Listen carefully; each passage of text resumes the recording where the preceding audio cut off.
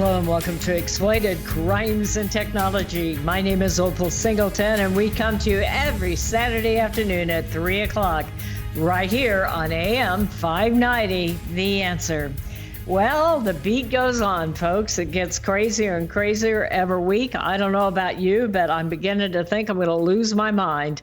You know, the COVID thing hit million kids. By the way, this show is brought to you by Million Kids, MILLION. We're not 1 million kids. We're not a million kids. We're just simply million kids. And we are dedicated to stopping and prevention and intervention of human trafficking, sextortion, social media exploitation, and child pornography. And we've been doing this in the Inland Empire and across the nation for nearly 12 years now. It's hard to believe. It's been quite a journey. But that journey changed for us on March 12th when one day we came home from a very big presentation over at LAX. And that was the last live presentation we've made thanks to COVID.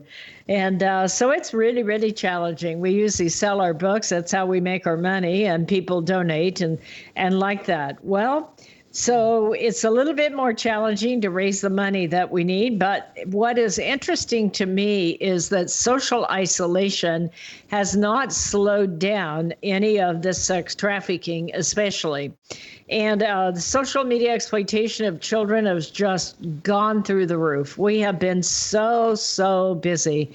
And the victims are just getting younger and younger. This week I had a case of an 11-year-old, a case of two in social media exploitation, a case of a 12 and a 13-year-old actual sex trafficking. And it's just gut-wrenching to deal with it. You know, to hear these parents and realize that their child has fallen prey to this. So it has been a challenge. The cases seem to be going up and up and up, and there's less and less resources to go after it. So it's a nightmare at the time. Having said that, nobody's slowing down. We are the coordinator for the Riverside County Anti-Human Trafficking Task Force. And that task force got a new case again this week. And I'm going to tell you that these men and women are still going out in the middle of the night, putting their lives on the line to rescue and save these kids. In this case, they arrested a 21-year-old man from Thermal. His name was Jose Manuel Pimentel of Thermal. He's arrested on suspicion of human trafficking of a minor, that is one of our teenagers, pimping of a minor, pandering of a minor, unlawful sexual intercourse with a minor, oral copulation, and other felony charges. So he has been whisked off to jail. I will say this is alleged until he completes a due process. We are not going to convict him, but it sounds like there's a whole lot of charges they're working with there. Congratulations to the team. We have Riverside County Task Force has a Eastern Task Force and Main Riverside County Task Force.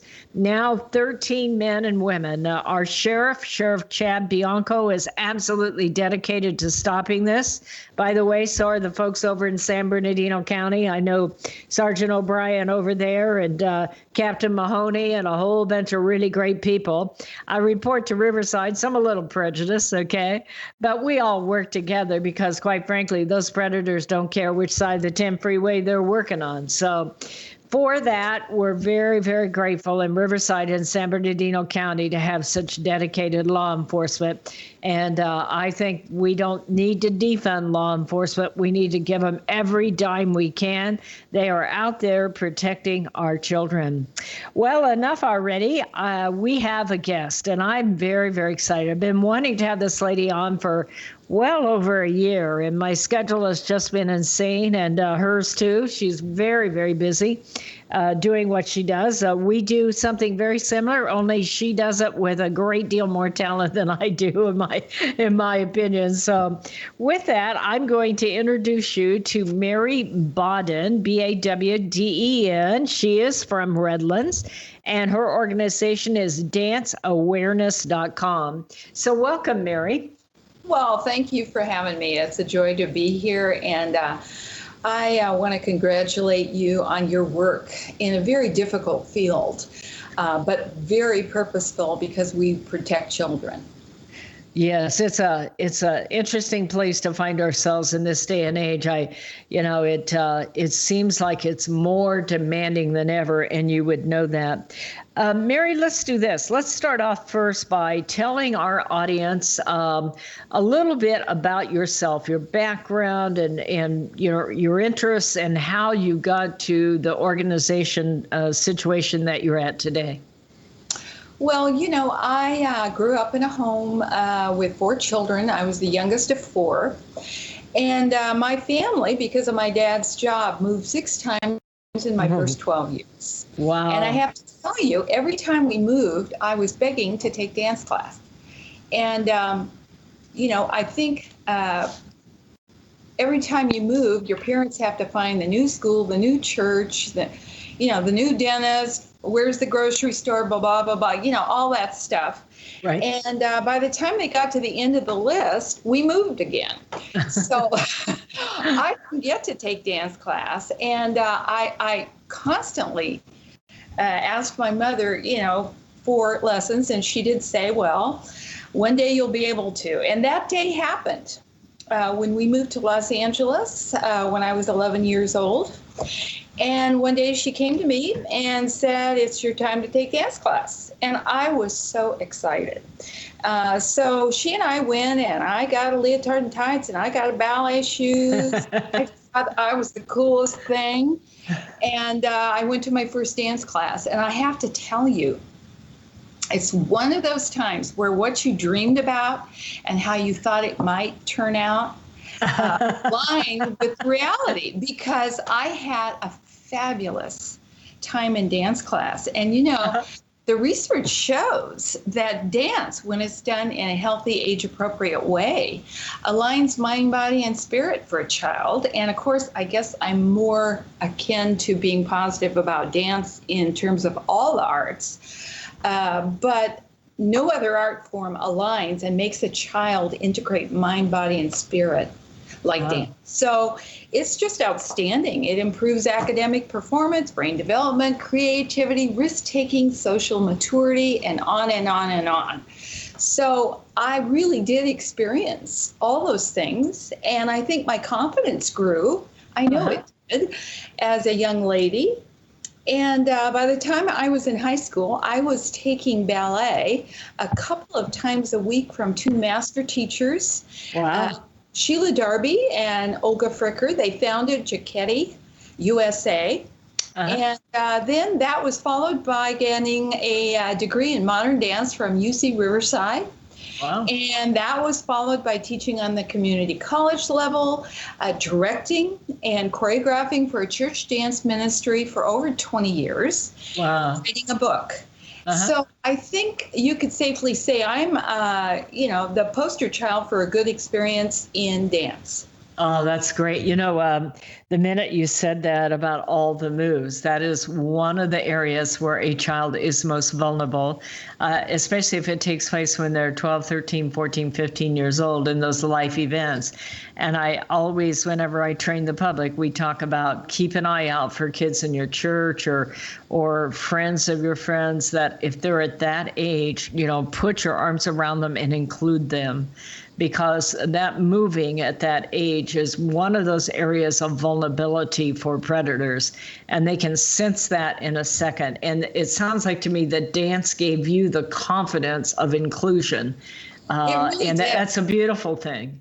Yeah, it really, really gave me confidence. I really realized internally something happened.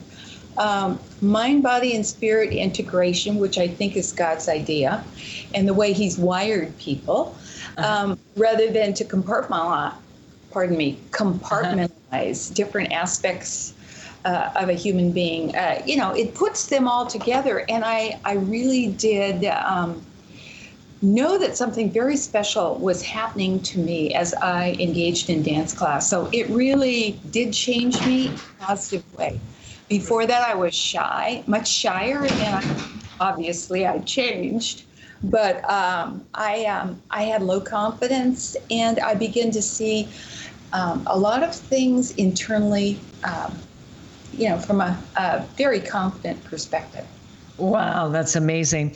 Well, we have as our guest today Mary Bawden, B as in boy, AWDEN. Her organization is danceawareness.com. She is from Redlands. I met her a long time ago and wanted to have her on my show, and today we finally did it. So thank you for joining us, Mary. We are up against that break, so stay with us, folks. We'll be right back. Real estate sales in the Inland Empire are really hot. Sellers and buyers recognize that these low interest rates will not last. Sean and Colleen at Caldwell Banker Armstrong Properties in Riverside are proud to sponsor this show. They are the best in the Inland Empire. They're fair, honest, creative, and they care about you and your situation.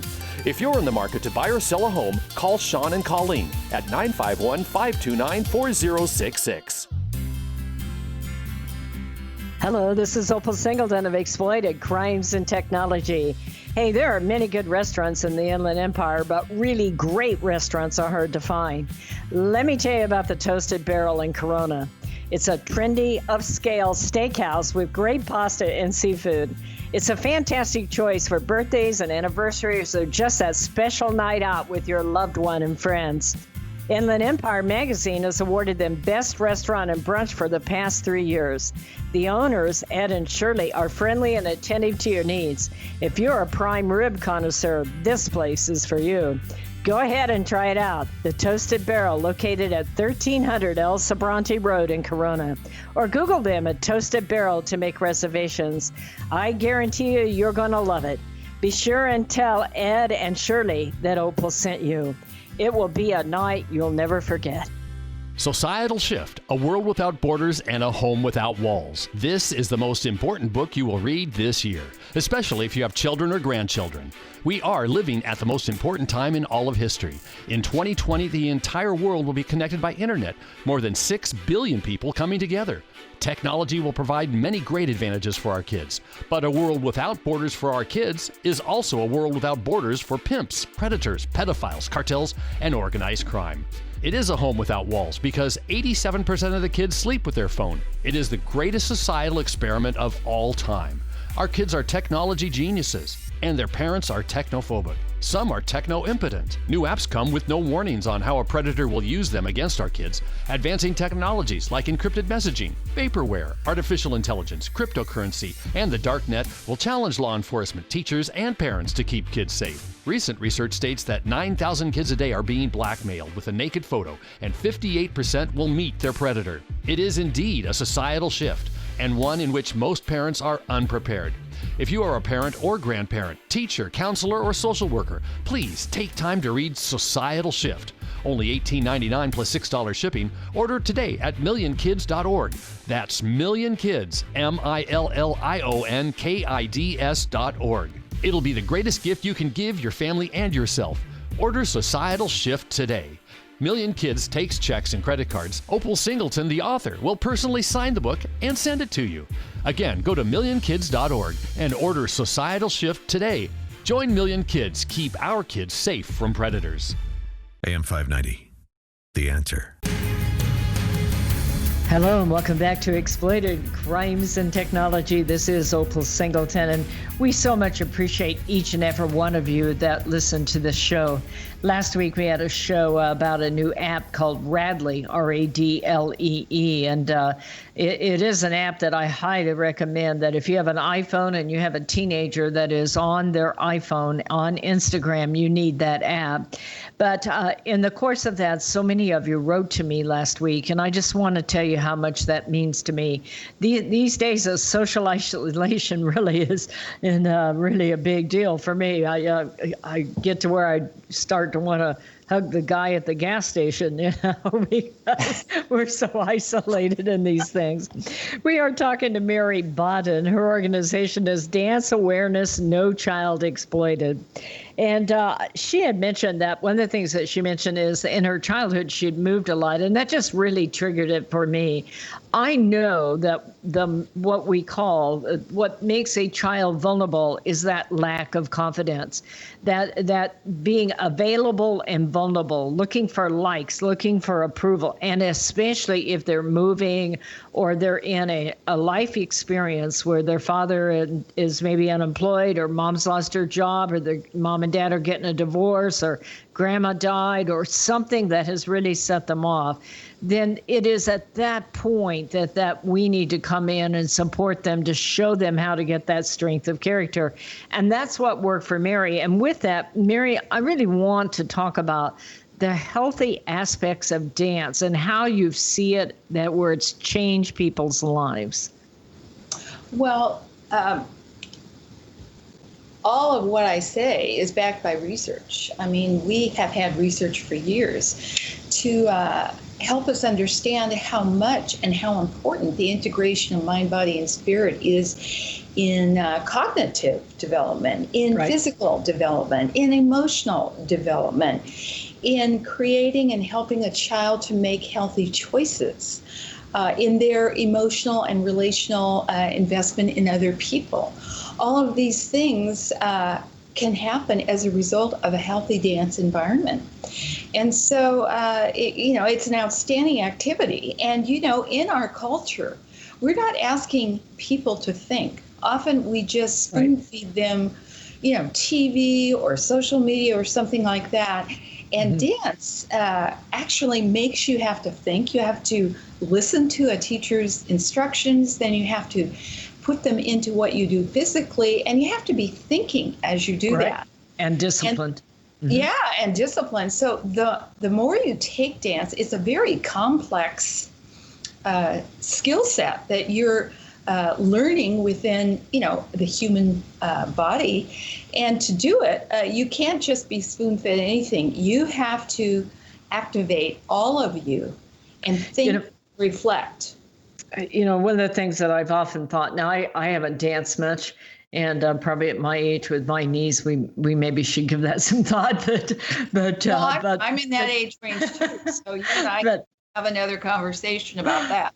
But the thing that I often think there is that dance would be a way to give yourself identity, to experiment with, if I feel like this, I'll act like that. And if I feel like this, I can act like this. And I think that exploring the identity, especially as a teenager is going through puberty or maybe a very difficult time in their life, I think there needs to be more of this for foster kids, because you see foster kids struggle with identity and knowing who they are because they're moved around and they don't have that core relationship that kind of defines who they are.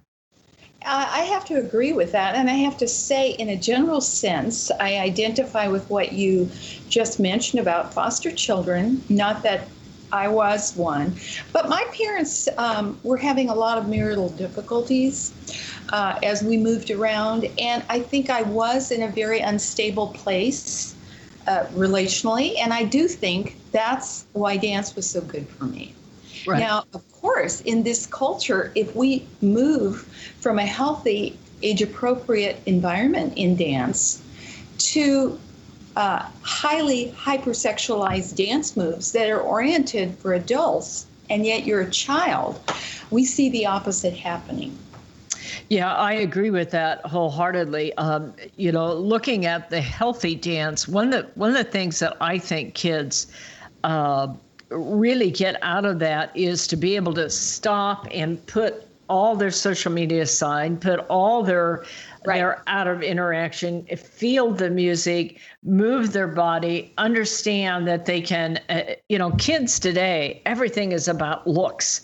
You don't just say something, you deliver it in a certain way with just the right terminology, And so I think that the dance would give them a chance to kind of move around, release stress, but more important, start to say, hey, when I move like that, I feel better about myself, or just kind of be in tune with music. You're exactly right. And that speaks to the work that dance, the art of dance, does from the inside out on a child and their whole view of who they are. Mm-hmm. But again, I have to say, we have to begin to distinguish from externals to internals. And if a child is just copying externally something, perhaps something they see on the media, and of course, media is huge in our culture. Right. And as a child, they don't get the opportunity to have those wonderful benefits and make choices that are related to their inside out development. You know, I think that that's probably even good for football players in high school. You hear That's them. why, Yeah. absolutely. That's why they have football players take dance. Uh-huh. It kind of probably gives them a sense of coordination and also that sense of confidence. I've often said people will come to me and say, what can I do to make a difference in trafficking? Well, the world I live in gets real complicated, and it's very hard to often take people in to immediately work with victims or something like that. However, help foster kids. You know, if you have somebody in your neighborhood that's from a broken family, you know, get them a dance outfit if they want to try to dance. Help enroll them in some classes. Support them in those kinds of things. I didn't understand that foster kids, you know, never stayed long enough and they couldn't afford a football outfit or a dance outfit or a taekwondo or any of that stuff. And so it's that simple. You want to make a difference? You know, it isn't earth-shattering. It's simply step forward, ask the mom, can you assist them to let them try what they want to try, and encourage them to try good and healthy dance. There are programs out there to teach that, and it gives them a sense of confidence and inclusion. And I have to underscore that to follow what you're saying about foster kids and putting them or giving them an opportunity to be involved in dance or experience it. Dance Awareness, No Child Exploited, with the acronym DANCE, is sponsoring this Sunday a movement class on Mansion Memories in Redlands. And the mission of Mansion Memories is to provide wonderful experiences for disadvantaged children. And that's called what again, Mary? It's called Mansion Memories. Mansion Memories. And it'll be on Facebook. And we filmed it in October. I have two dance educators that I'm introducing who have explained to children from their perspective, what is a point shoe? And I'll bet you a lot of the listeners that are listening to this program have children that might be interested in that whole thing. And they've taken apart a toe shoe and they're showing it to children. And then they show how to dance in point. And again, being created for particularly the group of disadvantaged children. I will tell you that Mansion Memories has opened up their mission during coronavirus to include all children, because right now all children are disadvantaged. Oh, yeah, no kidding. It's really scary what's going on. Now, you mentioned this is on Facebook. What Facebook is this on? It's on Mansion Memories. I can send you a link to that after we talk, if you'd like. Are you saying the word mansion, Mansion? I-O-N, yeah. Mansion Memories in Redlands, California. It'll be on this Sunday at 4 p.m. Wow, that sounds really, really great. And this is at 3 o'clock on Saturday, so it wouldn't be long. So that'd be great. It's 4 o'clock on Sunday. But I'm saying this show's at 3 o'clock on Saturday, so it's only a day afterwards if they want to try it out. So that would be really, really good. We have as our guest today Mary Bodden. Her organization is Dance Awareness, No Child Exploited. And I just realized that spells DANCE. So it took me a little while to catch that. Pretty clever. Yeah, right. Well, I've wanted to have Mary on for a long time, and we're grateful to have her. We are up against that break, folks, so stay with us. We'll be right back. Hello, this is Opal Singleton of Exploited, Crimes and Technology. I want to tell you about a book I wrote called Seduced, The Grooming of America's Teenagers. It's all about how predators access, groom, recruit, and exploit our young people using social media, online gaming, video chat rooms. Technology is changing at the speed of light, and we have to understand how to keep our kids safe from predators. So you can get this book by going to www.millionkids.org. It's $16. I'll sign it and I'll ship it to you personally. We hope that you will order this book, educate yourself about how to keep our kids safe in this day of changing technology. Join us each Saturday for our radio show at Exploited, Crimes and Technology at 3 o'clock on AM 590, The Answer. Hello and welcome back to Exploited Crimes and Technology. This is Opal Singleton and I'm the host of your show. I want to thank all of you that follow us. These shows are all archived, especially if you like this show. It's archived at millionkids.org. Millionkids.org. You just go into, I think it's the education or training tab, and go down there and you'll see AM 590. And you can click on it and you can download it, you can share it, and I hope you do share it with your children, your grandchildren, and all of their friends, because I know the program that Mary runs, and she has changed a lot of lives, so I very much appreciate it. Mary and I have known each other from a distance for a very long time, but haven't got a chance to really sit and talk. But one of the things that I know in my heart is her and I have the same kind of point of view about the other kind of dance, because you'll often hear me talk about it. I love the kind of dance that Mary's organization works with. It is healthy. It is good exercise. It teaches discipline. It helps with identity. It helps people find themselves and also be comfortable in their own skin and get the confidence that we need. One of the things that I don't feel good about is the direction that dance is taking through social media, especially now that we have TikTok and TikTok Thought. If you don't know that, TikTok Thought is the pornographic version, THOT, of TikTok, where our kids are out there doing their thing. And it is just taking it a direction that is really, really scary. So with that, I'm going to just kind of turn it back over to Mary. I'll try to keep my opinion to myself for a little bit, and then I'll jump in, because I think her and I kind of are on the same length on this idea about twerking and dry humping. It just frosts my cookies is what happens. It just really irritates me when I see this stuff. So with that, Mary, give me your version of this. Well, it frosts my cookies too, Opal. It seems that we have a culture influenced by the media. Media is the mass communication that we receive, information, news, entertainment, sports. Mm-hmm. And for the last several years, we seem to have just accepted what we're getting through the airwaves. And when you see a child, not an adult, who is put in adult material, that is adult costumes, choreography, and music, we're really taking a child out of childhood. Yes. We're blurring the line between childhood and adulthood. And Absolutely. We're making children into mini adults. So you have to begin to ask yourself, why are we doing this to children? Right. Because the research is so clear that this has incredibly negative outcomes, from codependence, eating disorders, high risk of porn use, poor academics, promiscuity, objectification, promoting a rape culture, teen pregnancy, inability to identify sexual abuse, and cognitive development, to name only a few.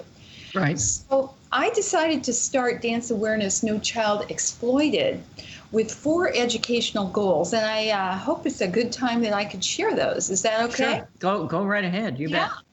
So because I love dance, I really do, as a dance educator, someone with a degree in dance, I want to see parents continue to enroll their children in dance classes, but be aware that you have to check it out. And check out the dance studio that you're going to enroll your child in.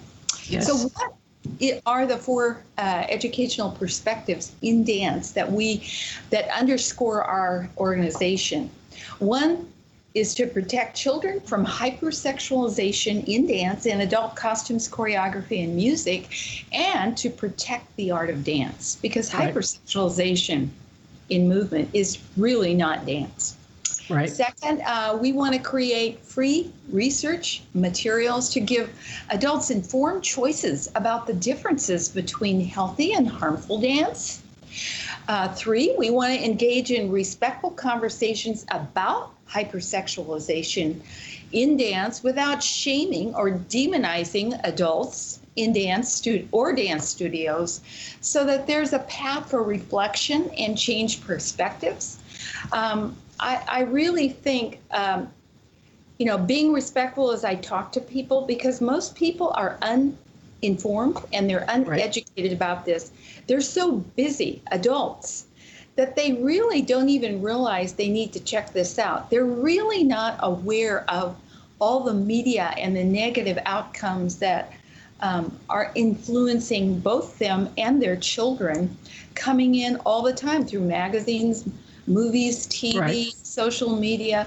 So I try to take a respectful attitude as I share what the research shows. And then our last goal, very important, is to communicate the hypersexualization of children in dance and its connection to the public health issue of pornography with bipartisan engagement. So we really want to welcome everybody into the dance team, what I call the dance team, so that we protect children and they have a wonderful experience with it. And for some reason, the media seems to have overtaken what influences our kids. Yes. You're much nicer about it than I am, quite frankly, because you can do your style. I appreciate that, but I find people get so defensive about dance.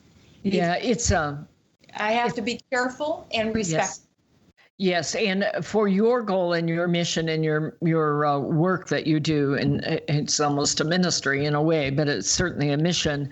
All of that makes really good sense. The thing that is scary to me is that we are seeing, first of all, because of social distancing, I can tell you from my own work that I do here, the victims are just getting younger and younger and younger. And if you think about what is going on, you put a 7-year-old on the phone, parents will ask me, how old should my child be before they get a cell phone? And I say, well, have you had the sex talk?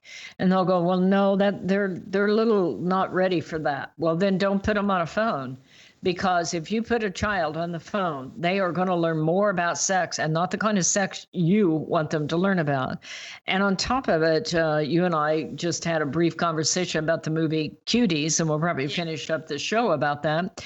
But I looked at that movie Cuties, and I had to learn a whole new term. It's past twerking. And by the way, I do know that twerking originally was a religious kind of thing out of South Africa. But, it wasn't me that violated it. It's a group of people. It was Miley Cyrus. And, you're humping and grinding and carrying on. The problem of it is I had never heard the term dry humping until you see a movie like Cuties that is out by Netflix.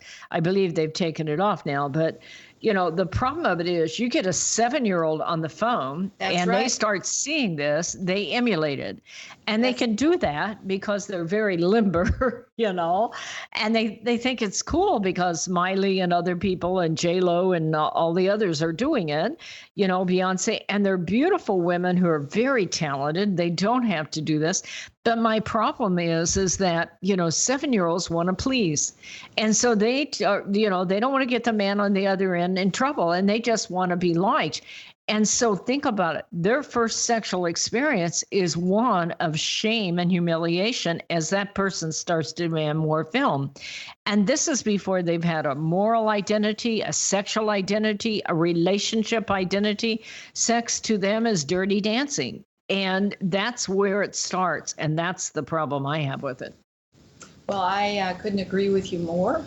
I think you mentioned that children like to imitate, and we see in research something called mirror neurons is going on in the mind of a child, and they're wired to want to copy what they see, right? Mm-hmm. And even adults to a certain extent do the same thing. That's why people advertise and they make us get this kind of toothpaste or that kind of wheels or any number of things. And so children are wired to watch the world around them and copy it. Right. And so when they see on the media all these icons dancing in adult costumes, choreography, and music in very sexual ways, and we allow them to see that, we don't filter it, then who's surprised that we have Yes. children humping and twerking and Right. doing any number of things that they shouldn't be exposed to? And of course, the brain research shows the outcomes in all developmental areas show that this is terrible for children. It's not a good thing. We're up against that break, folks, so stay with us and we'll be right back. This message is all about Million Kids, the organization that helps locate missing kids throughout Southern California and educates to keep kids safe from predators. Million Kids educates school administrators, teachers, parents, and teenagers how predators identify a potential victim and the methods they use to recruit innocent kids. BMW of Riverside is a proud supporter of Million Kids. Visit BMW of Riverside at the Adams Street exit off the 91 freeway or click bmwofriverside.com. Hello, this is Opal Singleton of Exploited Crimes and Technology. Let me tell you about my friend Doris Anderson at Remax Realty in Upland.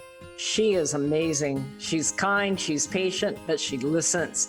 And she's informed, and she will help you with your real estate transaction in a way that works for you. Doris, in full disclosure, often supports the work of Million Kids because she cares about young people. But she knows how to analyze a market, how to market a property, and how to find just the right transaction for both buyers and sellers. If you're looking to buy or sell real estate or invest in income property, contact Doris Anderson at Remax Realty 951-733-8899. That's 951-733-8899. 951-733-8899. Custom Service Systems, a proud supporter of Million Kids, is a family-owned and operated commercial cleaning company servicing the Inland Empire and surrounding areas since 1974. CSS takes pride in their ability to maintain the business facilities they serve and their long-lasting relationships with their valued clients. CSS provides a variety of cleaning systems customized to client needs, including deep cleaning and disinfectant to be COVID-19 compliant. From basic office cleaning to windows and floors, CSS will clean up your mess so you don't have to stress. Custom Service Systems cares about families and communities and wants to give back. Custom Service Systems are proud supporters of Million Kids to keep kids safe from predators. If you need the best cleaning services for your business or corporation, contact Custom Service Systems at cssclean.com. Again, cssclean.com or call 951-781-9345. That's 951-781-9345. You will know you found the best. Custom Service Systems. AM 590. The Answer. Hello and welcome back to Exploited Crimes and Technology. This is Opal Singleton, and this show is brought to you by MillionKids.org. We appreciate each and every one of you that support this organization, especially right now. I cannot tell you how much it all means to me to get one of those checks or see that online donation. I try to respond immediately because it is you folks that is keeping us alive at this very point and allowing us to do the work that is just flooding through here in ways that we never could have predicted back last March. So here we go. Thank you for each and every one of you that support our work. In the meantime, we have a guest, Mary Bodden, and she just does an incredible work. Her organization is Dance Awareness No Child Exploited. We were talking about the impact of when dance goes wrong with our kids. Mary's organization teaches healthy dance and to be able to use dance in a positive way to get self-esteem and feel good about yourself and have self-discipline and not be easy to recruit. But when you start getting kids, young kids, 10, 12, 14, 15 years old, in a lot of these dances out there, it is all they have to do is post a video like that, and a pedophile knows they're on the market and they're easy prey. It's what we call available and vulnerable. With that, Mary, I want to turn it back over to you. You've studied this whole phenomena for a long time now. What are your thoughts on how this plays out and what, if anything, a parent or grandparent can do? Well, the research shows, so I think this will make sense to you, but I want you to know it's research-based, what I'm saying, because Dance Awareness No Child Exploited on danceawareness.com is all research-based. says that parents or adults are the protective factors for children. So one of the most important things you can do for children is to be aware of informed choices. And that means you're going to be asking questions. You're going to be investigating a dance studio that you're going to consider for your child. You're not going to assume that if you enroll your child, they're necessarily going to be safe in that environment, because the media is affecting adults as well as children. And some adults, many adults actually, are uneducated about the harms of hypersexualization for children in adult costumes, choreography, and music. And you mentioned, 13, 14, 15-year-olds being involved in hypersexualized dance. And I will tell you, from a dance perspective, we're seeing it younger and younger and younger. We're seeing as young as 3-year-olds involved in hypersexualized dance. So it is getting younger and younger and younger and younger. And we've got to call on adults who love their kids to make sure that they are asking the right questions when they enroll their child in a dance class, knowing that dance is wonderful, it's healthy. But if you put your child in a negative environment, the opposite occurs. So one thing I encourage parents to do is look on the videos on a dance studio website on the June dance recital. That's one clear, easy, definitive way to check out a dance studio. When you see hypersexualized dance for the older children, I wouldn't I wouldn't enroll my child in that particular dance studio, because you can say, oh, but my child's 5 or my child's 6. And it won't affect them, but it will affect them, because little children look up to the older girls, the older boys, and what they do is what they want to. Remember that concept of mirror neurons.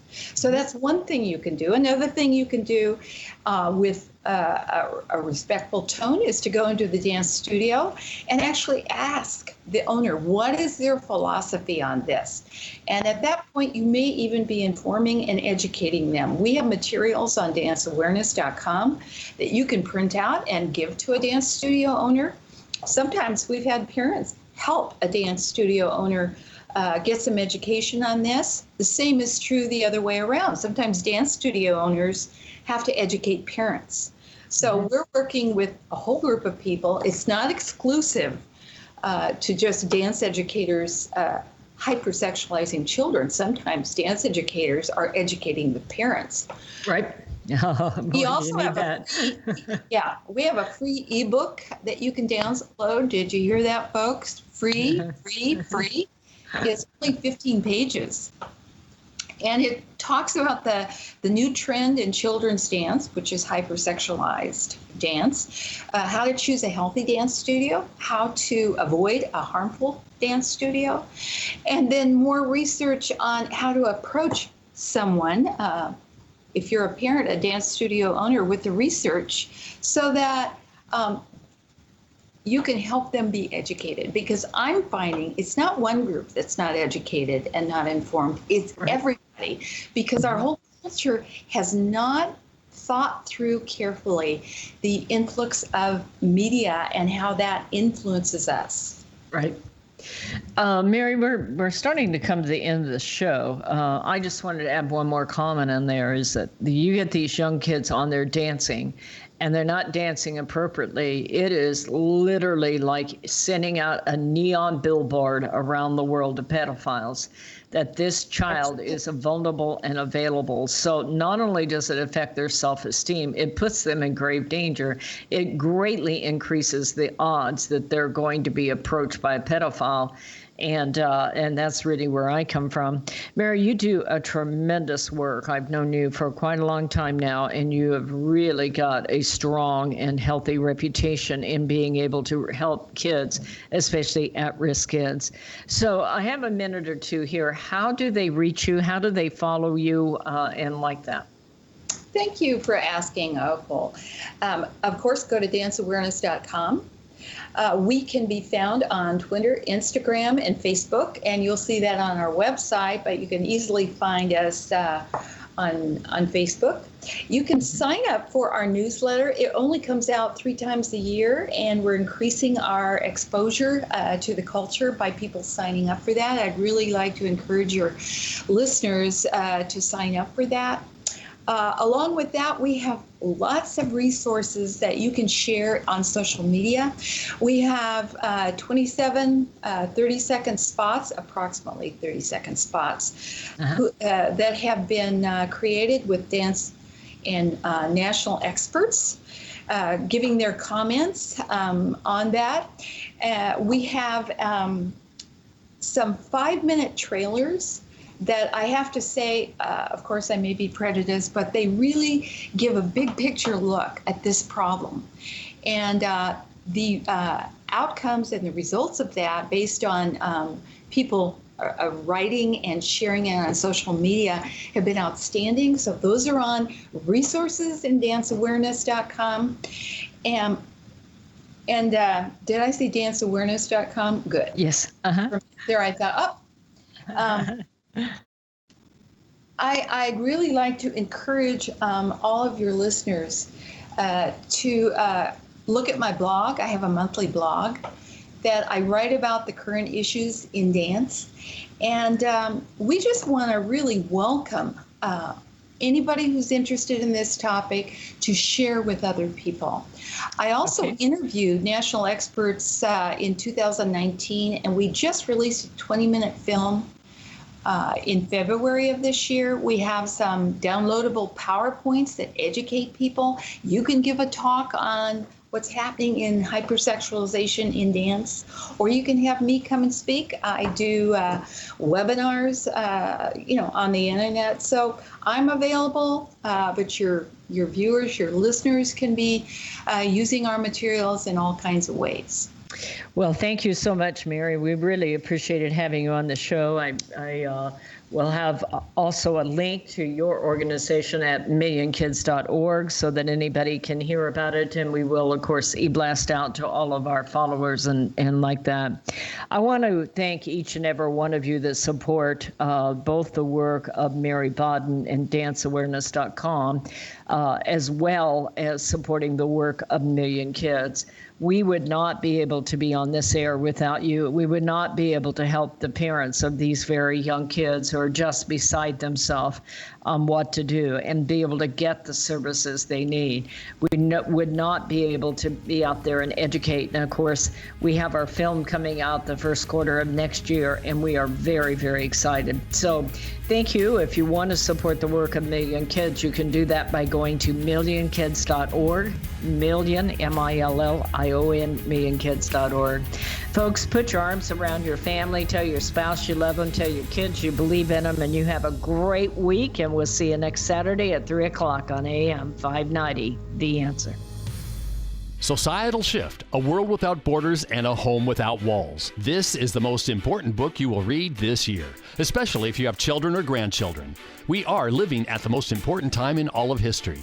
In 2020, the entire world will be connected by internet, more than 6 billion people coming together.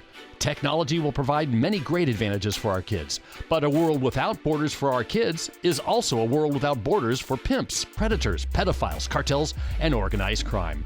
It is a home without walls because 87% of the kids sleep with their phone. It is the greatest societal experiment of all time. Our kids are technology geniuses, and their parents are technophobic. Some are techno-impotent. New apps come with no warnings on how a predator will use them against our kids. Advancing technologies like encrypted messaging, vaporware, artificial intelligence, cryptocurrency, and the dark net will challenge law enforcement, teachers, and parents to keep kids safe. Recent research states that 9,000 kids a day are being blackmailed with a naked photo, and 58% will meet their predator. It is indeed a societal shift, and one in which most parents are unprepared. If you are a parent or grandparent, teacher, counselor, or social worker, please take time to read Societal Shift. Only $18.99 plus $6 shipping. Order today at millionkids.org. That's Million Kids, millionkids.org. It'll be the greatest gift you can give your family and yourself. Order Societal Shift today. Million Kids takes checks and credit cards. Opal Singleton, the author, will personally sign the book and send it to you. Again, go to millionkids.org and order Societal Shift today. Join Million Kids. Keep our kids safe from predators.